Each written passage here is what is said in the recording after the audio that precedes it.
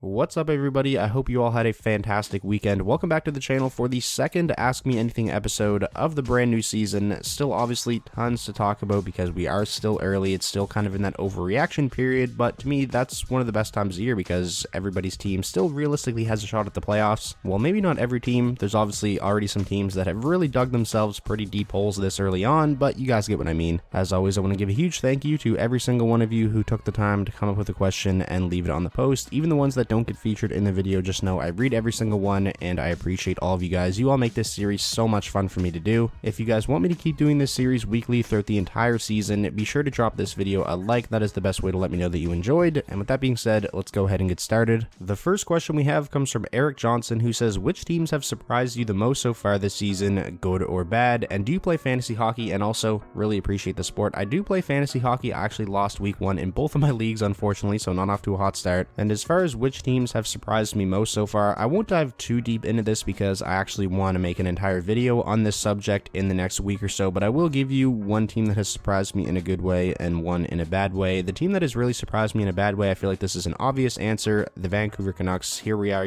over 2 weeks into the season now. They are still the only team without a win. I made an entire video on their slow start to the season and all the struggles they've been having. I believe it was last Wednesday. Here we are Monday. They still haven't recorded a win. Things haven't got much better for them. The Canucks are rapidly entering that territory of their season could be over pretty quickly. I don't want to completely write them off just yet because it is only 6 games, but losing your first 6 games to start a season, that obviously puts you pretty far behind the 8 ball. They have a lot of ground to make up, and considering the fact that this is a team that everybody expected to be in the wild card hunt, compete for a playoff spot in the Pacific this year, I would say they've been surprisingly bad. And as far as a team that has been surprising in a good way, I feel like there's actually a lot of really good options here, but I'm going to go with the Philadelphia Flyers just because I expected them to be one of, if not the absolute worst teams in the league this year, be in the Connor Bedard sweepstakes, but John Tortorella has that team playing very hard. They're not an easy out right now. Standings wise, they are a top 10 team in the league right now with a record of 4-2. Obviously, I don't really expect this to keep up for the entirety of the season. I still don't think this is a team that's really going to be competing for a playoff spot, but it's a really nice start for a team that everybody kind of wrote off heading into the year, and they're getting really key performances from guys that are expected to be a part of the solution in Philadelphia. Travis Konechny has been good. He's over a point a game. Carter Hart looks to be back to form. He is a perfect 4-0 record with a .949 save percentage. Lots of positive takeaways from the first couple of weeks for the Philadelphia Flyers. Moving on now to the next question. This one comes from Aaron, who says, St. Louis is quietly the only undefeated team left at 3-0 so far. Do you think this team has potential for a legitimate deep playoff run this season? And also really appreciate the support. I'm going to go with yes. I definitely feel like St. Louis has the potential to go on a deep playoff run this year. This is a team that I was really high on heading into the season. I actually predicted them to finish first place in the Central Division this year ahead of the Colorado Avalanche in the regular season. I think this is a really well-built team, top to bottom, incredibly deep, especially when you look at their forward core. They have so many weapons up there, from lines 1 through 4. My only real concern with the Blues heading into the season was the fact that they lost Ville Husso. If Jordan Binnington doesn't give them solid goaltending, then I think they could be in trouble because I'm not a big fan of Thomas Greiss as an NHL caliber goaltender at this point in his career, but so far so good for Binnington. He's played in all 3 games and has a .940 save percentage. This is a really good team, one of the best in the Western Conference in my opinion, and a lot of people forget that St. Louis actually gave Colorado the toughest matchup in the Western Conference side of the postseason last year. They swept Nashville easily, went all the way to 6 games with the Blues, close to going 7, obviously beat Edmonton in 5. So yeah, I definitely feel like this Blues team can do some real damage this year, especially when you consider the fact that Colorado, I think we can all agree, probably did get a little bit worse over the offseason. They don't look as dangerous so far this year. Next up, this question comes from Hayden Hallett, who says, after his record start to the season, has Dahlin cemented himself as an elite D-man in the league? And also, I appreciate the support. So for those of you who don't know, if you haven't been watching Buffalo games to start the season, through 5 games, Rasmus Dahlin has 5 goals and 3 assists for 8 total points. He's a goal in each of their 5 games to start the season. He has been an absolute monster so far and is a massive reason why the Buffalo Sabres have gotten off to this hot start. Last year, Rasmus Dahlin did have the best year of his career with 53 points in 80 games, but I do feel like this is going to be the year where he really takes off and takes that massive jump into, like you said, being an elite level defenseman in the NHL. It's obviously still very, very early, and talking about awards at this point in the season is probably not a good idea, but if Dahlin can even somewhat keep up this pace for the entirety of the season, this is a guy that I would expect to be in that Norris conversation come season's end. Moving along now to the next question. This one comes from Swirly, who says, around 5 jerseys were thrown onto the ice last night, and the last 5 5 minutes of the game were the fans booing? Do the Canucks have hope to still compete, or should they go in a real rebuild? Also really appreciate the support. So continuing to talk about the Vancouver Canucks here a little bit, obviously they've been a hot subject to start the season. The difficult part is if they want to enter a rebuild, or a retool I should say, because it feels like they've been rebuilding for a while now. I'm just not really quite sure what they would do, because they have a lot of guys that are locked up to long-term deals. I mean, Quinn Hughes and Ekman Larsson both have 5 years left on their deals. Tyler Myers still has 2 years left and has a modified no trade clause. Garland has 4 years. Obviously JT Miller with that extension, he got 8 years left. Besser has 3 left. Pettersson has 2. The one player that I would be keeping my eye on is actually Bo Horvat, the captain of the Vancouver Canucks. He is set to become a UFA at the end of the season. If they really want to have like a seismic shift and really shake up that locker room, trading the captain would certainly do that. And Bo Horvat did, I would say, have some concerning comments after the Canucks' most recent loss, especially coming from a captain of a team. He said, "We haven't really given them much to cheer about," talking about the fans, of course. "It's been a lot of years in the rebuild stage, and at this point in the season, it just feels like it's never going to happen, like we're never going to win again." I feel like at this point, you have to consider all options. If you're the Vancouver Canucks, the vibes there are just unbelievably terrible. Jerseys being thrown on the ice, players arguing. I don't think firing the coach would be the right way to go, just because of how new Bruce Boudreau is to Vancouver. So trading somebody like Bo Horvat, one of the core guys, the captain of this team, I feel like that may be something the Canucks are sort of forced to do, because you really just can't keep going through the season like this. If this goes any longer, then I think you have to make a change. Continuing on now, the next comment we have comes from Miroshka Heiskanen, who says, "Is Jake Ottinger an actual Vezina contender? For how long do you think he can keep up this production? After that monstrous playoff run, it seemed inevitable that he would come down to earth, but as of Sunday, he is a perfect 4-0-0, letting in just 5 goals in that span, and has a higher save percentage than he did in the playoffs at .959. If the NHL season ended today, I feel like Jake Ottinger would be the only right answer as the Vezina Trophy winner. Again, like I said earlier in this video, it's probably not a good idea to talk about, the major awards just after a couple of weeks, but it's still overreaction season, so it's fun to do. I was one of those people that said after that monstrous playoff run, Ottinger would probably come down to earth a little bit, because in his regular season appearances before that playoff run, he was good, but not,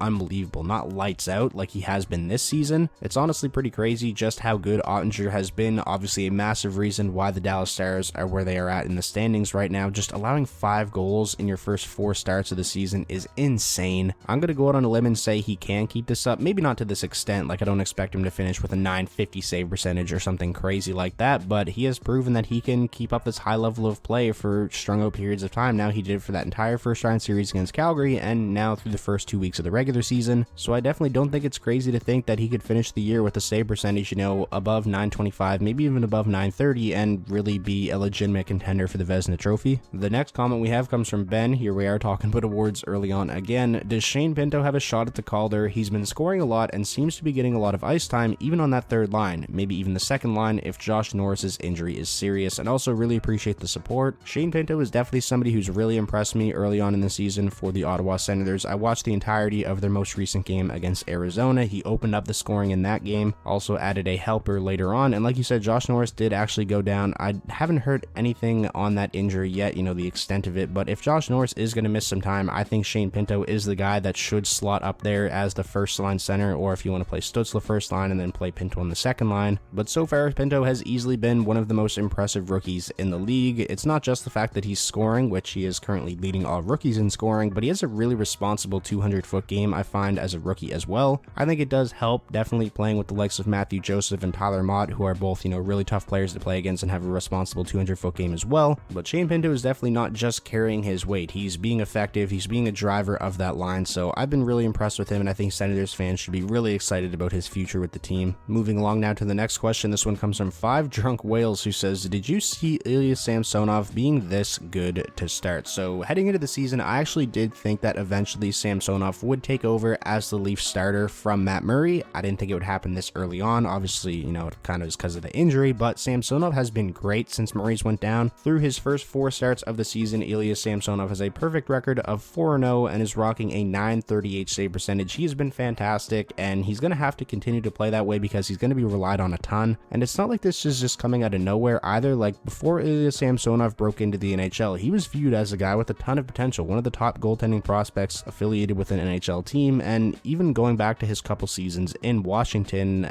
if you look at the numbers as a whole, they aren't great, but he had stretches where he looked like he could be this kind of goaltender. It was just a matter of finding that consistency consistency. Samsonov so far though definitely been one of the biggest steals of the offseason so far, and keep that in mind because that is a video I'm planning on making here in the next week or so, already looking at some offseason additions that look like steals, and Samsonov definitely one of those. The next question we have comes from Bracken Douglas, who says, are the Avs in a championship hangover, or did losing Kemper make them a worse team? So obviously losing Kemper I don't think helps. I definitely would say that it's been a downgrade in net, and also losing depth like Burakovsky and Kadri and Landeskog being out to start the season hasn't helped. I certainly think the Avalanche are going to be fine. I don't think this start to the season for Avs fans is anything to worry about. They're going to make the playoffs, likely going to be a top 2 team in the Central Division, and let's not forget they didn't actually start great in last year's regular season either, and I'm sure now after winning a Stanley Cup, the regular season probably doesn't mean quite as much to them as it's done before. They're probably just going to coast through the regular season and then really turn it on when it gets to the playoffs. That's kind of what I expect Colorado to do. And now for the final question of today's episode, this one comes from Del Tago, who says, best and worst new NHL reverse retro jerseys. I'm really happy the NHL decided to do this again. I think they were a big hit the first time around. I guess the way I'll do this, I'll just name my 3 favorite and 3 least favorite. 3 favorite, definitely the Washington Capitals. That you can never go wrong with that screaming eagle logo. The Los Angeles Kings I think is beautiful as well. And then for my 3rd favorite, I would probably say the New York Rangers. So I think those are my top 3 favorites there. And then in terms of my least favorites, Detroit has to be in there. I had my hopes up. I thought they were going to hit it out of the park after having a really underwhelming reverse retro jersey in the first wave, but man, I would say this one's even worse than the first one. I absolutely hate Detroit's reverse retro. Another one that I don't like, Chicago. It literally looks kind of the same as Detroit's, so I would say those 2 are some of my least favorite. I think those 2 are easily the 2 worst, and there isn't really any others that I absolutely hate, like I hate those 2, but I guess for my 3rd least favorite, I'll go with Seattle's. I'm not really a big fan of that, big dark blue line under their logo. So that is going to wrap up today's episode of the Ask Me Anything series. I really hope you guys did enjoy. Like I said at the beginning, if you want me to continue doing this series weekly throughout the entirety of the season, be sure to drop a like on this video and let me know down below that you enjoyed. And most importantly, if this was your first time checking out the channel and you want more NHL content just like this all throughout the season, be sure to hit that subscribe button, and I'll talk to you all soon.